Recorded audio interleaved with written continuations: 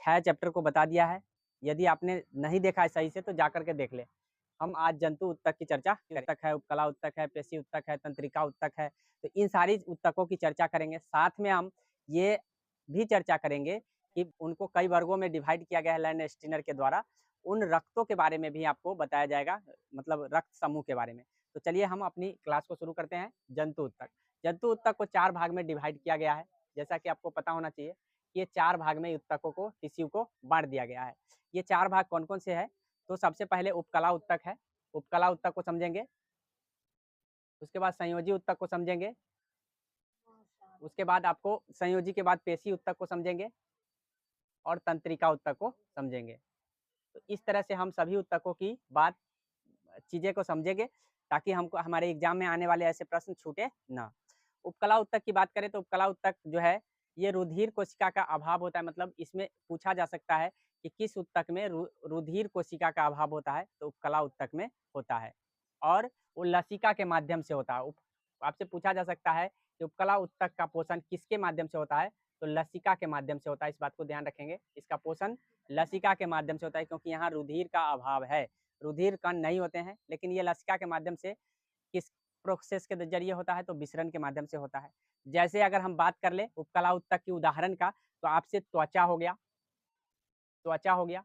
ये आपका त्वचा जो है उपकला ऊतक है। हृदय हो गया, हृदय, हृदय हो गया।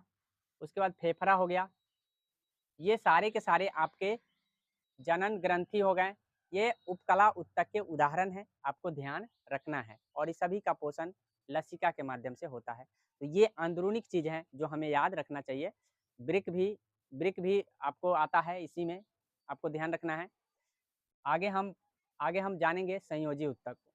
संयोजी ऊतक से कई बार प्रश्न पूछे गए हैं कॉम्पिटिटिव एग्जाम में।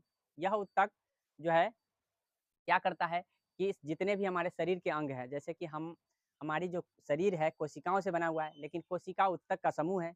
मतलब ऊतक जो है, आपको ध्यान रखना है, कोशिका का समूह को हम ऊतक कह रहे हैं और ऊतक के समूह को हम अंग कह रहे हैं और अंगों के समूह को हम पूरा जीव कह रहे हैं।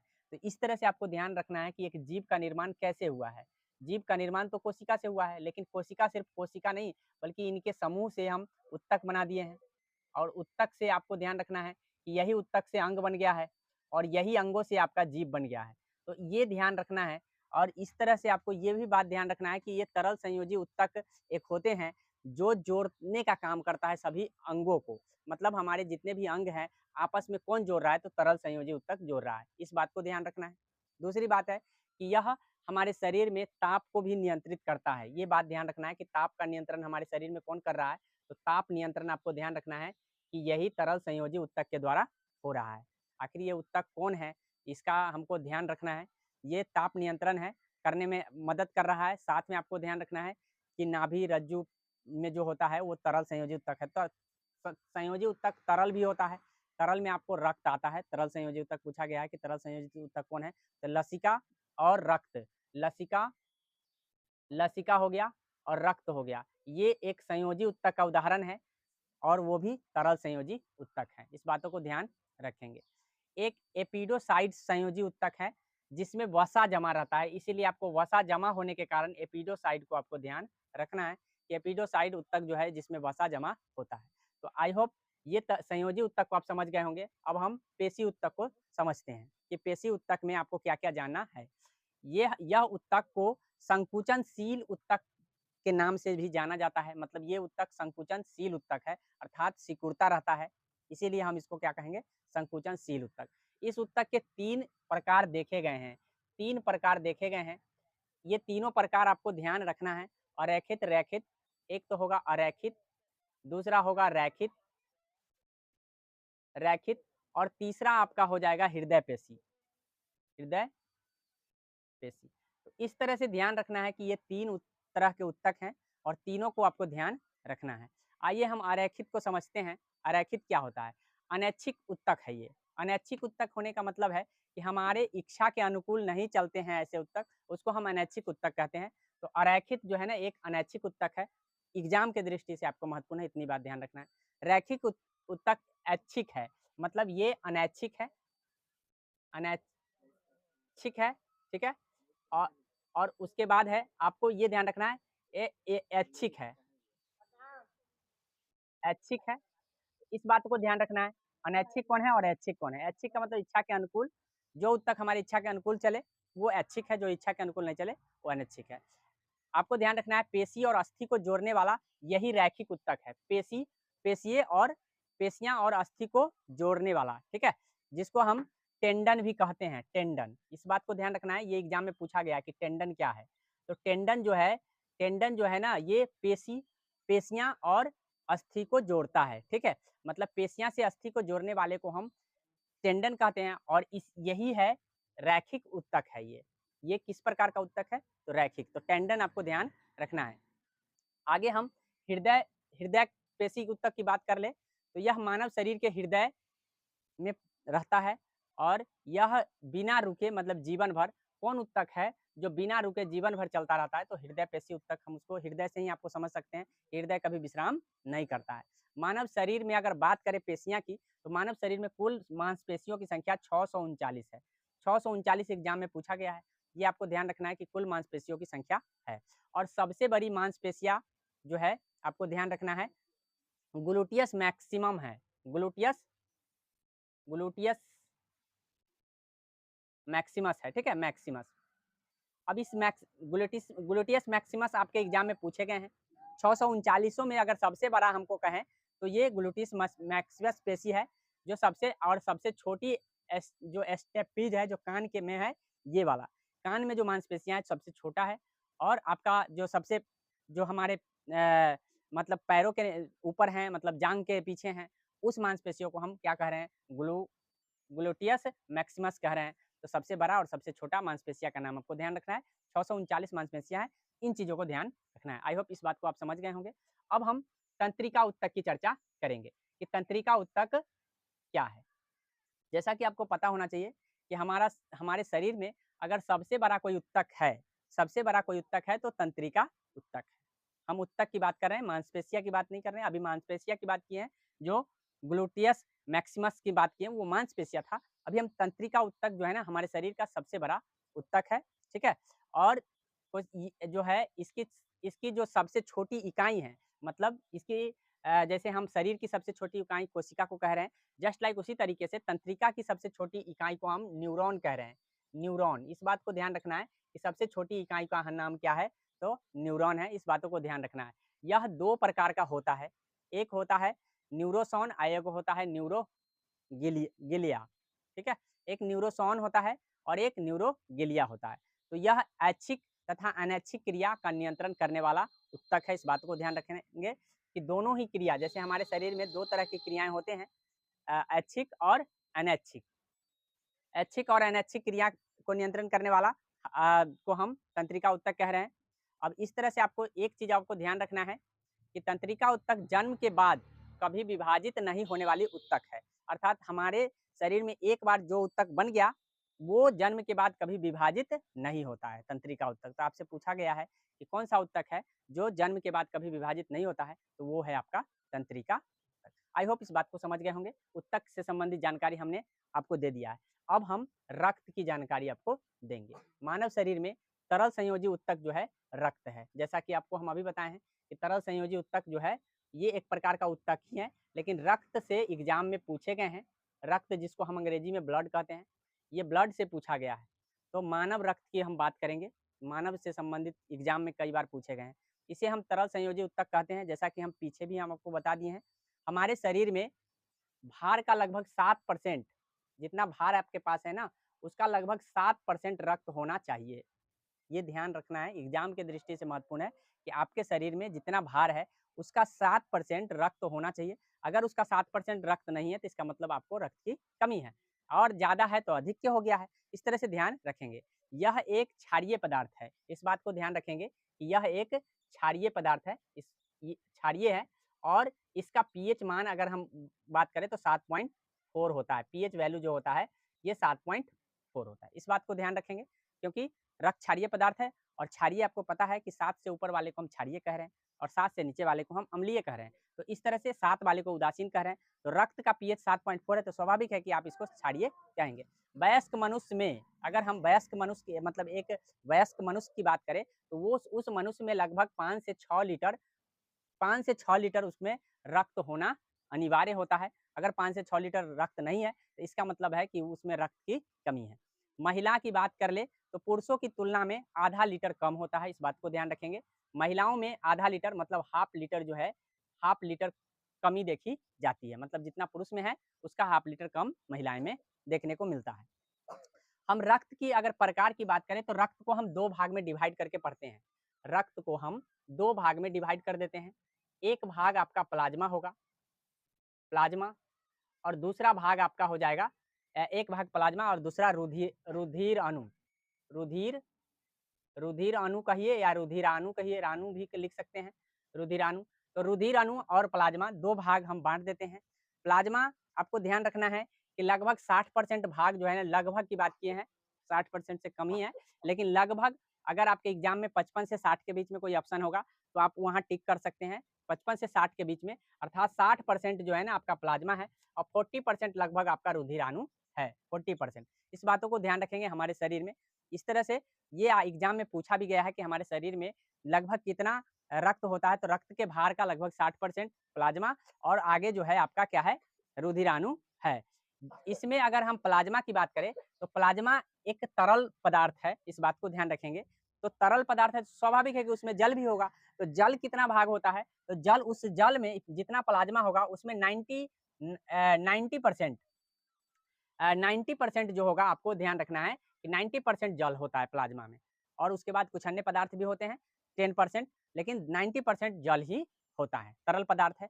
प्लाज्मा की हम कार्य की बात कर लेते हैं। प्लाज्मा के कार्य से एग्जाम में पूछे गए हैं कि हमारे शरीर में हार्मोन जो होता है, एक स्थान से दूसरे स्थान तक कौन संवहन कर रहा है, कौन ले जा रहा है, तो यही प्लाज्मा का कार्य होता है, जो हमारे शरीर में क्या करता है, हार्मोन को एक स्थान से दूसरे स्थान पर ले जाता है। तो ये बात आपको समझ में आ गया होगा कि ये संवहन का कार्य करता है। संवहन कहने का मतलब किसका संवहन, तो हार्मोन का संवहन। इस बातों को ध्यान रखना है कि हार्मोन का संवहन का कार्य कौन कर रहा है, तो प्लाज्मा कर रहा है। इसमें एक प्रकार का प्रोटीन होता है जिसको हम फाइब्रिनोजिन कहते हैं, फाइब्रिनोजिन कहते हैं। ये फाइब्रिनोजिन जो है ना, रक्त के थक्का बनाने में काम आता है, और ये कहाँ रहता है, तो आपको प्लाज्मा में रहता है। तो इस बात को ध्यान रखना है कि फाइब्रिनोजिन एक क्या है, एक प्रकार का प्रोटीन है। अगर हम इसको निकाल देंगे, तो इस प्लाज्मा का नाम सेरम हो जाता है। इस बातों को ध्यान रखेंगे, सेरम या सीरम कहते हैं। इस बातों को ध्यान रखना है कि सेरम क्या है, तो प्लाज्मा रहित, सॉरी, फाइब्रिनोजिन रहित प्लाज्मा को हम सेरम कह रहे हैं।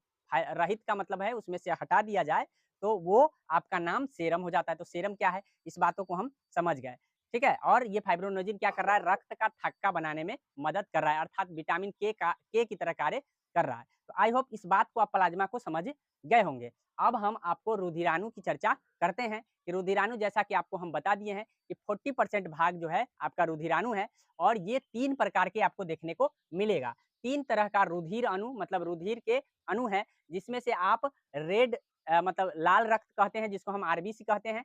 एक होगा आपका व्हाइट ब्लड, जिसको हम डब्ल्यूबीसी कहते हैं, डब्ल्यूबीसी कहते हैं। और एक होगा रक्त बिंबाणु, जिसको हम प्लेटलेट्स कहते हैं, प्लेटलेट्स, ठीक है, प्लेटलेट्स, प्लेटलेट लेट्स।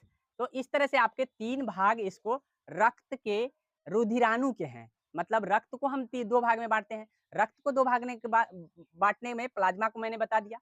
अब रुधिराणु की चर्चा करें, तो हम आरबीसी की चर्चा करेंगे, डब्ल्यूबीसी की चर्चा करेंगे और रक्त प्लेटलेट्स की चर्चा करेंगे। और इससे एग्जाम में पूछे भी गए हैं, इसीलिए हम जो भी बता रहे हैं वो सारे एग्जाम की दृष्टि से काफी महत्वपूर्ण है। अगर हम एक बार अच्छे से पढ़ लेंगे, तो 100% है कि उससे आने वाले प्रश्न हमारे जल्दी गलती नहीं होते हैं। इस बातों को ध्यान रखना है। और यानी कोई भी कॉम्पिटिटिव एग्जाम, कोई जरूरी नहीं है कि आप बीएसएससी देने जा रहे हैं तो वहीं जरूरी होगा। कोई भी एग्जाम में आप जाएंगे, तो बायोलॉजी का सेक्शन जो है आपका कंप्लीट तभी होता है जब आप पूरे तरह से जान लिए होते हैं, तभी आप पढ़ेंगे तो याद भी हो जाएगा। चलिए हम आपको बताते हैं कि स्तनधारी, हम अब स्तनधारियों की चर्चा पीछे ही कर चुके हैं। शायद आपको ये पता होगा कि स्तनधारी किसे कहा जाता है, जिसको हम मैमल बोलते हैं। और ये मैमल में लाल रक्त जो होता है, उस लाल रक्त, मैमल के लाल रक्त में केंद्रक नहीं पाया जाता। इस बातों को ध्यान रखिएगा। एग्जाम में पूछा गया है कि किसके लाल रक्त में जो है स्तनधारी के लाल रक्त में केंद्रक नहीं होता है, इस बात को ध्यान रखना है क्योंकि एग्जाम में पूछा गया है। लेकिन कुछ अपवाद हैं जिनके लाल रक्त मैमल्स हैं बट उनके लाल रक्त में क्या कहते हैं केंद्रक हैं, तो आपको ध्यान रखना है वो कौन से हैं। अपवाद के तौर पर ऊँट का नाम आप सुने होंगे, ऊँट और लामा, ये 2 ऐसे जंतु हैं जो स्तनधारी हैं, फिर भी इनके लाल रक्त में जो है जो पाया जाता है केंद्रक पाया जाता है। इस बातों को ध्यान रखना है। अब हम बताते हैं कि इसका निर्माण हमारे शरीर में कहाँ होता है, कहाँ पर बनता है? तो इसका निर्माण अस्थि मज्जा में होता है। अस्थि मज्जा में हम इसका निर्माण देखते हैं। अस्थि मज्जा में आपको ध्यान रखना है कि अस्थि मज्जा में इसका निर्माण होता है। बस इस बात को ध्यान रखना है, ठीक है? जिसको हम बोन मैरो भी कहते हैं, अस्थि मज्जा को हम अंग्रेजी में बोन मैरो कहेंगे और बोन मैरो में इसका निर्माण होता है। इसमें क्या चीज़ रहता है? तो इसमें रहता है प्रोटीन रहता है, आयरन रहता है, विटामिन 12 रहता है, फोलिक अम्ल रहता है, ये सारे चीज़ इसमें होता है। लेकिन एग्ज़ाम में आपसे ये पूछ देगा कि भ्रूण अवस्था में लाल रक्त का निर्माण कहाँ होता है? तो आपको अस्थि मज्जा नहीं लगाना है क्योंकि उस समय भ्रूण अवस्था में अस्थि मज्जा नहीं बना रहता है। उस समय यकृत और प्लीहा दोनों में ही निर्माण होता है। यकृत जिसको हम लीवर कहते हैं, यकृत और प्लीहा ये दोनों में आपको ध्यान रखना है कि भ्रूण अवस्था में आपका लाल रक्त का निर्माण जो होगा वो आपको कहाँ पे होगा? तो यकृत में और प्लीहा में होगा। इस बात को ध्यान रखना है। इसका जीवन काल की बात करें कि इस लाल रक्त का जीवन कितना दिन तक रहता है? तो 20 से लेकर के 120, ये एग्जाम में कई बार पूछा गया, इस बातों को ध्यान रखेंगे। कभी-कभी एग्जाम में आपको कंफ्यूज करने के लिए 30, 40, 50, 60 ऐसे दे दिए जाएँगे, तो आपको ध्यान रखना है कि इसके बीच में कोई भी होगा, आपका सटीक आंसर हो सकता है, क्योंकि अगर ऑप्शन ना दिया हो तो। लेकिन जनरली ज़्यादातर 120 दिन अधिकतम और न्यूनतम 20 दिन, इस बात को ध्यान रखेंगे, लाल रक्त का जीवन काल होता है। इसकी मृत्यु कहाँ पर हो जाती है? मतलब ये इसका डेथ कहाँ होता है? तो इसका मृत्यु जो होता है यकृत और प्लीहा दोनों में होता है। यकृत में भी हो जाता है जिसको हम लीवर कहते हैं और प्लीहा में भी हो जाता है। इस बात को ध्यान रखेंगे। इसीलिए हम इसको कब्रगाह कहते हैं। लाल रक्त का कब्रगाह किसे कहा गया है? तो ऑप्शनली आपको अगर प्लीहा रहेगा तो प्लीहा, लीवर रहेगा तो लीवर को आपको लगाना है। आरबीसी का जो है कब्रगाह है ये इस बात को ध्यान रखेंगे। इसमें एक रंजक होता है जिसको हम हीमोग्लोबिन कहते हैं। हीमोग्लोबिन। अब ये हीमोग्लोबिन है क्या? ये पूछा जाता है कि हीमोग्लोबिन क्या है? एक प्रकार का प्रोटीन है। इस बातों को ध्यान रखना है कि हीमोग्लोबिन एक प्रकार का प्रोटीन है जो ऑक्सीजन कार्बन से बना हुआ है, कार्बन डाइऑक्साइड का संवहन करता है, सॉरी। ये क्या करता है कि O2 का और CO2 का, ये दोनों का संवहन का कार्य करता है, मतलब O2 ले जाता है और CO2 निकाल देता है। तो अगर हीमोग्लोबिन की कमी हो जाती है तो सांस लेने में दिक्कत हो जाती है।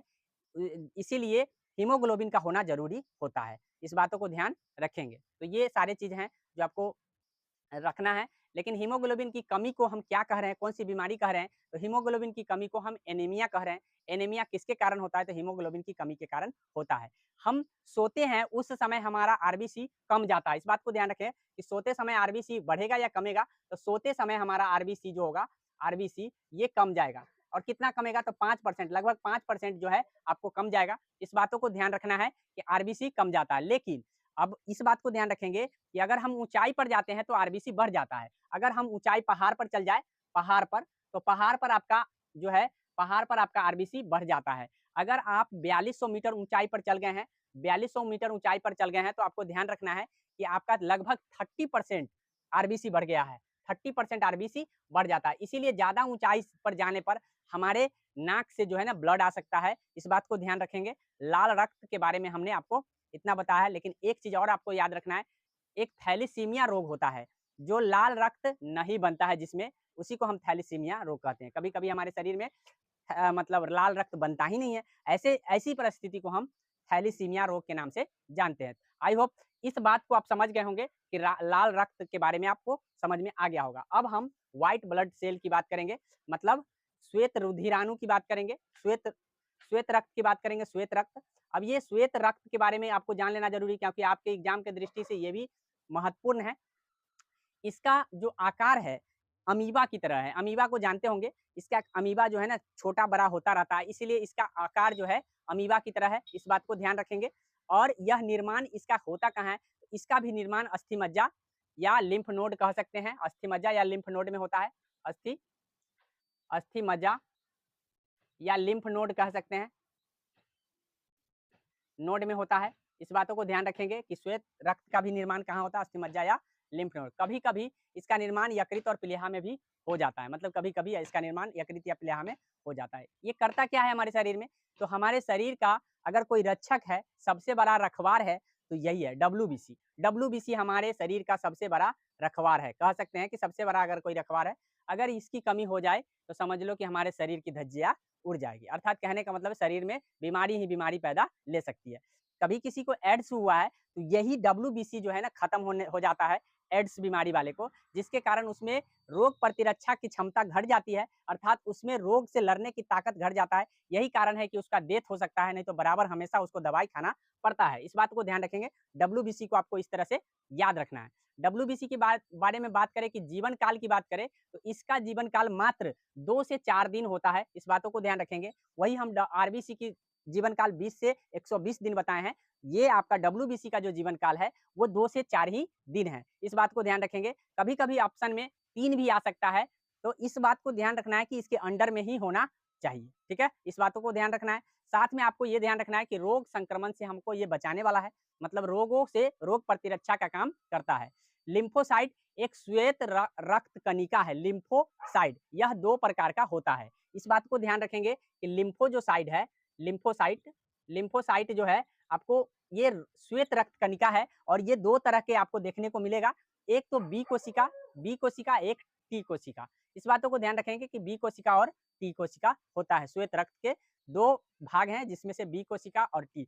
इसके अंदर की भाग भी हमें पढ़ना है, बट अभी हमें इतनी बातें ध्यान रखना है जो कि एग्जाम की दृष्टि से महत्वपूर्ण हो। आगे हम इसके बारे में पढ़ेंगे तो हमको जानकारी हो जाएगा। भ्रूण अवस्था में डब्ल्यूबीसी भी यकृत में बनता है, जैसा कि लाल रक्त के बारे में अभी हम ऐसा ही बताए हैं, तो याद रखेंगे कि भ्रूण अवस्था में यकृत में बनता है, वयस्क अवस्था में अस्थिमज्जा में बनता है। इस बातों को ध्यान रखना है। इसमें सबसे अधिक न्यूट्रोफिल कणिका होता है, जो विषाणु और जीवाणु को भक्षण कर जाता है। तो ये आपको ध्यान रखना है कि आपसे पूछा जा सकता है कि विषाणु और जीवाणु को भक्षण करने वाला कौन है, तो ये है न्यूट्रोफिल। ये श्वेत रक्त में पाया जाता है। जैसे ही विषाणु इंटर करता है हमारे शरीर में, वैसे ही जाता है और ये मुंह बाए हुए रहता है, सीधा उसको गपच जाता है, समझ लो। तो विषाणु और जीवाणु दोनों को ही गपच कर जाता है, कौन, तो न्यूट्रोफिल। तो हमारे काम का चीज है हमारे शरीर में, ठीक है।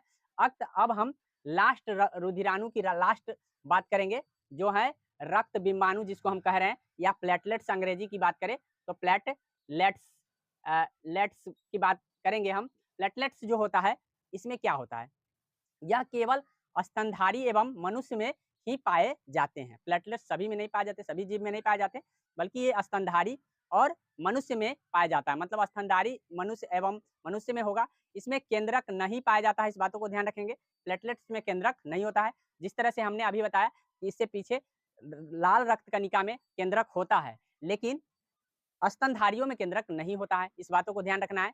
लेकिन 2 स्तनधारी ऐसे हैं जिनका हमने उदाहरण बताया है, जिसे ऊंट और लामा, जिसमें केंद्रक पाया जाता है स्तनधारी होते हुए भी, तो वो अपवाद के तौर पर है, इस बातों को ध्यान रखना है। इसका भी निर्माण अस्थिमज्जा में ही होता है, जिसको हम बोन मैरो कहते हैं अंग्रेजी में, या इस बात को ध्यान रखना है।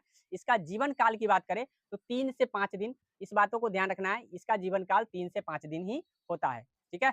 और अगर आपने देखा होगा कि किसी को डेंगू बुखार होता है, तो डेंगू बुखार में इसी की संख्या घटने लग जाता है, इस बातों को ध्यान रखना है कि डेंगू बुखार में किसकी संख्या घटता है, तो प्लेटलेट्स या रक्त विमाणु की संख्या घट जाता है। अगर हम बात करें इसकी मृत्यु कहाँ हो जाती है, तो प्लीहा में ही होती है, इसकी भी मृत्यु प्लीहा में होता है।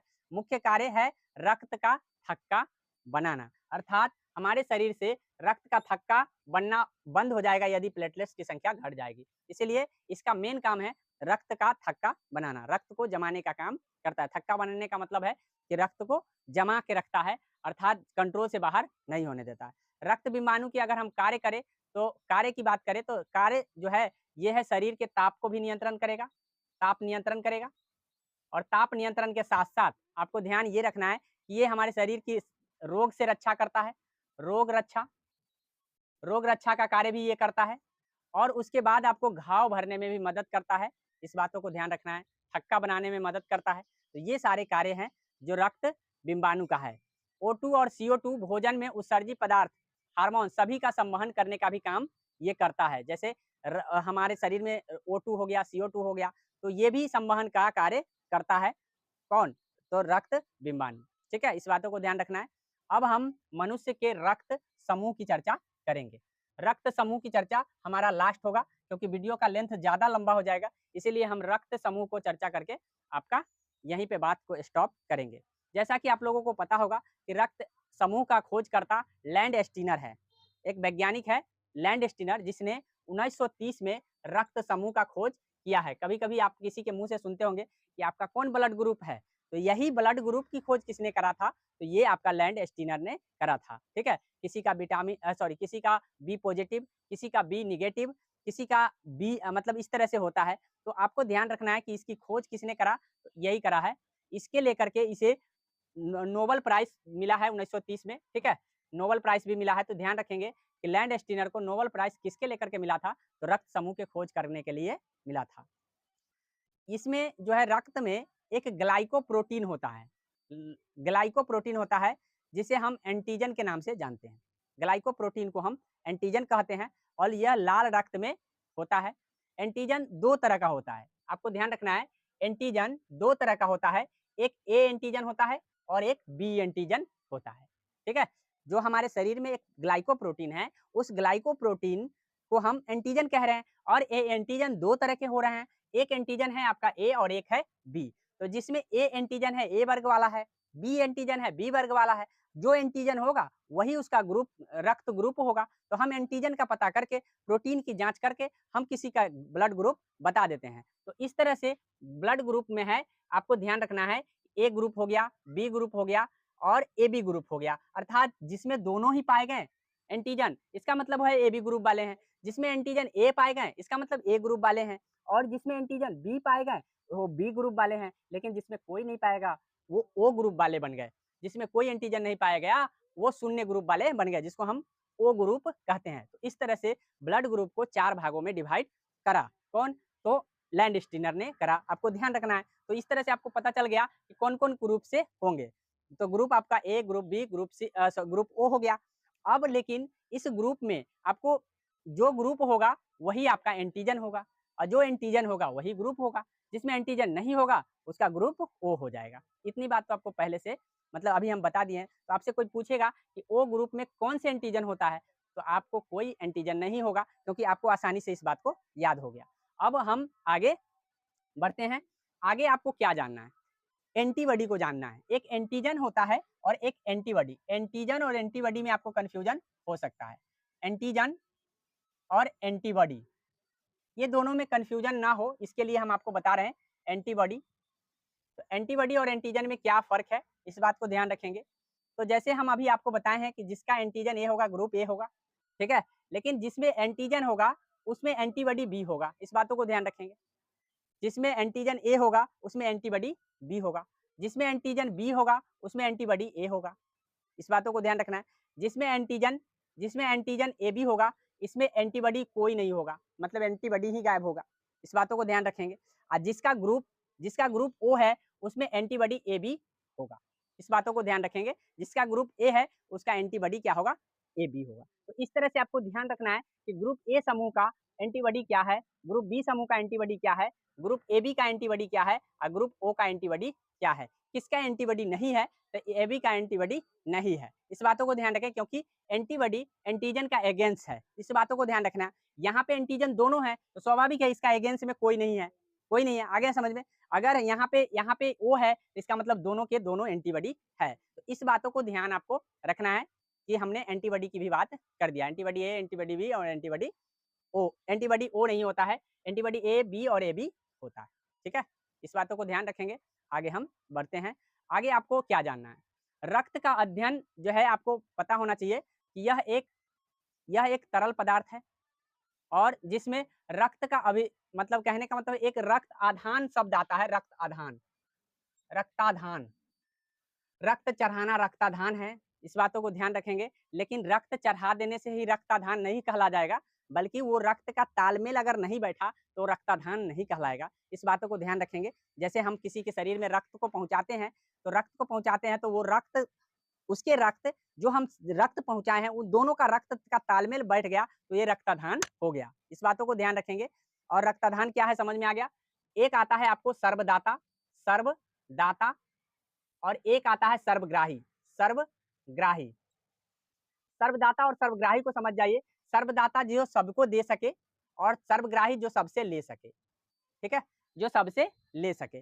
तो ये ओ ग्रुप है जो सर्वदाता है। जिसके पास ओ ग्रुप होगा वो किसी को भी दान कर सकता है अपना रक्त, और जिसके पास ए बी है वो किसी से दान ले सकता है, मतलब किसी भी ग्रुप वाले से दान ले सकता है। अगर हम ए बी वाला का कोई मतलब शरीर में ब्लड कम गया तो वो किससे लेगा, तो वो किसी से भी ले लेगा, कोई जरूरी नहीं है जांच करना। आपके एग्जाम में यही पूछ दिया जाएगा कि राम का ब्लड ग्रुप ए बी है, राम का ब्लड ग्रुप ए बी है, बताइए कि उसके मतलब, या ऐसे पूछा जा सकता है कि किस ग्रुप वाले के लिए जांच करने की आवश्यकता नहीं है, मतलब रक्त दान करने के समय जांच करने की कोई आवश्यकता नहीं है। तो ए बी वाले को जांच करने की कोई आवश्यकता नहीं है, ठीक है। वहां पे आप ओ को कंफ्यूज कर सकते हैं, याद रखिएगा ए बी वाले को कोई जांच करने की आवश्यकता नहीं है, वो किसी से भी ले सकता है, इसलिए बिना जांचे कोई भी रक्त आप चढ़ा सकते हैं, ठीक है। और ओ वाले को क्या कर सकते हैं, वो किसी को भी दे सकता है, जिसका ओ है वो फिर अगला मरीज को जांचने की जरूरत नहीं है कि कौन है। आपका अगर ओ ग्रुप है तो आप किसी को भी दे सकते हैं। आगे समझ में, इस बात को समझ में आ गया होगा। अब हम बात कर लेते हैं आरएच फैक्टर की। आरएच फैक्टर बीच में आया, मतलब इतने होने के बाद भी एक फैक्टर आया जिसको हम आरएच फैक्टर कहते हैं। लैंड स्टीनर ने बानर के रक्त से, मतलब एक बानर का रक्त के द्वारा आरएच फैक्टर का पता लगाया। तो पूछा जाता है कि लैंड स्टीनर ने किस जानवर को आरएच फैक्टर का पता लगाने के लिए प्रयोग किया था, तो बानर के। इस बातों को ध्यान रखेंगे। क्या किया गया कि जिसमें जिसमें जैसे कहने का मतलब है कि अब आ गया आरएच पॉजिटिव और आरएच निगेटिव। आरएच निगेटिव, अगर आरएच पॉजिटिव आया तो इसका मतलब है कि वो पॉजिटिव होगा, और निगेटिव आया तो वो निगेटिव होगा। इस तरह से आरएच पॉजिटिव जिसमें आरएच है तो है, जिसमें आरएच होगा इसका मतलब पॉजिटिव है, जिसमें नहीं होगा इसका मतलब है निगेटिव होगा। तो इस तरह से अब ग्रुप जो है ना ए नहीं रह गया, ए पॉजिटिव और ए निगेटिव बन गया, ठीक है। ए पॉजिटिव और ए निगेटिव बन गया। इस बातों को ध्यान रखेंगे कि आरएच नहीं होने पर निगेटिव होता है। माता पिता और बच्चों में होने वाले, अब हम बात करेंगे आरएच पॉजिटिव और निगेटिव। इस बात को ध्यान रखना है कि आरएच पॉजिटिव जैसे आप पॉजिटिव वाले निगेटिव वाले को चढ़ा दिए तो उस परिस्थिति में तालमेल नहीं बैठता है। तो तालमेल बैठाने के लिए पॉजिटिव और निगेटिव को भी अब देखना पड़ता है। पहले बिना देखे चढ़ा दिया जाता तो कुछ लोगों की डेथ हो गई कि भाई जो ग्रुप है वही चढ़ाया, फिर भी डेथ हो गया, तो आरएच फैक्टर की खोज किया गया। आगे समझ में आरएच फैक्टर क्या होता है समझ में आ गया होगा।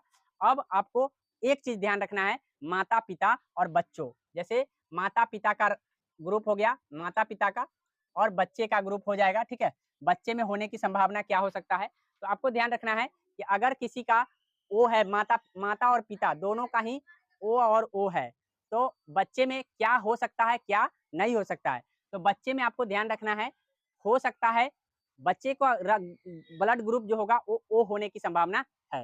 और नहीं होने की संभावना क्या है, तो नहीं होने की संभावना आपको ध्यान रखना है रक्त समूह ए बी और ए बी, ना तो ए हो सकता है, ना बी हो सकता है, और ना ए बी हो सकता है, अर्थात ये कभी नहीं होगा।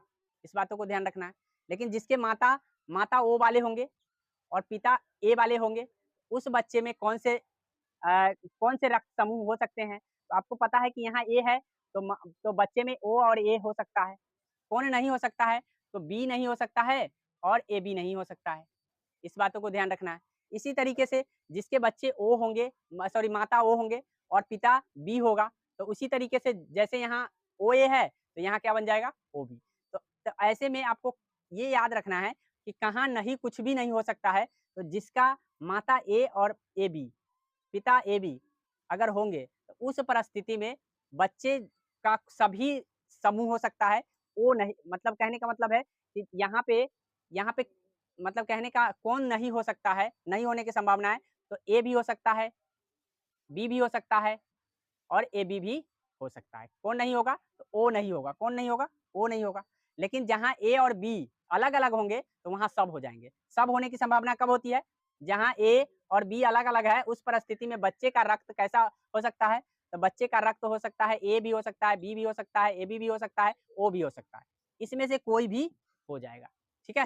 और नहीं होने की संभावना 0% है, नहीं होने की संभावना 0%, ओ नहीं है यहाँ, यहाँ 0% मतलब 0% न होने सब के सब हो सकता है। तो ये दो बात आपको ध्यान रखना है, बाद बाकी सब तो आसान है, याद रखना यही दोनों आपको एग्जाम की दृष्टि से महत्वपूर्ण है। आई होप ये बात आपको समझ में आ गया होगा। हम अगले चैप्टर के साथ फिर अगले दिन मिलेंगे। तब तक के लिए